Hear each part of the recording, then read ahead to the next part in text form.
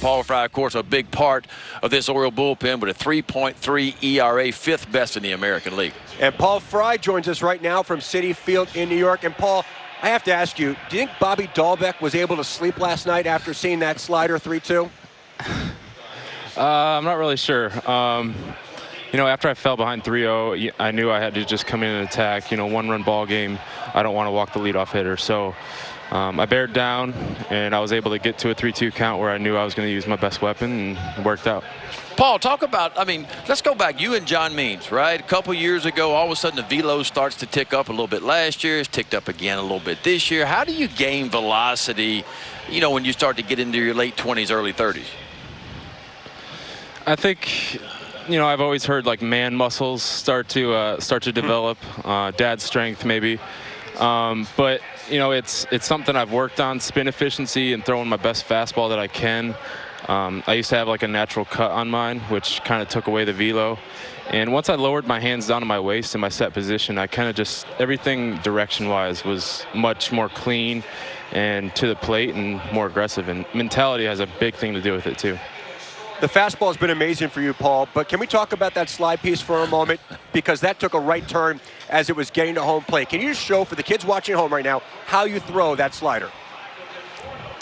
I don't have a baseball with me, but, I grip it pretty much on the horseshoe of the ball. So a lot of guys just take like the two-seam grip. I take it more on the horseshoe, and I just make sure my fingers are out in front when I get rid of it, and I just throw it with as much intent as I can. The last 10%. First 90% has to be controlled, and the last 10% has to be all out. Now, is that something you talk about, that grip, and you change that grip with all the analytical stuff out there and Rapsodo machines and the slow motion cameras? Is that something you kind of fiddled around with to try to find a grip to where you could create the most spin that you could? It was just something, I never really had a pitching coach growing up, so it was just something that I always, worked on, and I used to call it a curveball until I started throwing a little bit harder. It's just literally, it's just something that I came up with on my own, honestly. I know some guys throw it the way I do. I've tried to show guys how I throw it, and it works for some guys. It doesn't work for others, but like I said, the last 10%, you have to just get on it. Paul, can you talk about the bullpen as a whole? A lot's been made just about the personality the group has out there, how much fun you guys are having out there. Certainly right now, you guys are having a lot of success on the mound. Yeah, it's loose. From the first inning, we're cracking Red Bulls right on the first pitch, and we're just a tight unit. A lot of us have been together now for the past couple of years, and last year was a season like no other, so we got really close. But it's the next man up mentality. Your guy goes in there and he's leaving guys on. You got to come in there and pick them up. And we've all bought into that, and we're all throwing strikes. We're all being aggressive in the zone and not trying to pick corners and be too perfect out there. So intent, mentality, we're all there. Paul, you've got 16 appearances already in just 35 games, tied for the team lead along with Tanner Scott. Any concern at all to keep this pace up over the course of 162 games? I'm not thinking about that at all. It's one of those things, if you're called on, you're going to go out there and you're going to try and perform as best as you can. It's a blessing to be in the big league, so I'm going to take every opportunity that I have.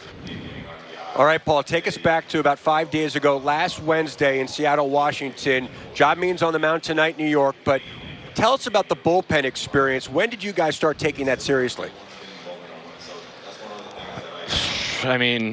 Pitch one, honestly, we know John Means is on the mound. We have a chance to win. So, the way he was just dominating hitters, it was just really fun to watch. And, getting into the later innings, we saw his pitch count kind of creeping up. And, we're all, ready and looking at our pockets, see if there's lefties coming up or whatever. But, once he went out there for the ninth, we were cheering for him, and I can't believe he pulled it out. It was amazing. Paul, I know you guys go down there while the starter's warming up. Was there anything that you could tell that he looked any crisper down in the bullpen warming up before the game than what he normally does? Because you could almost tell the first pitch of the game was pretty crisp. We had an idea pretty early that it was going to be a special day. We didn't know it was going to be that special, but could you tell anything in his warm-ups?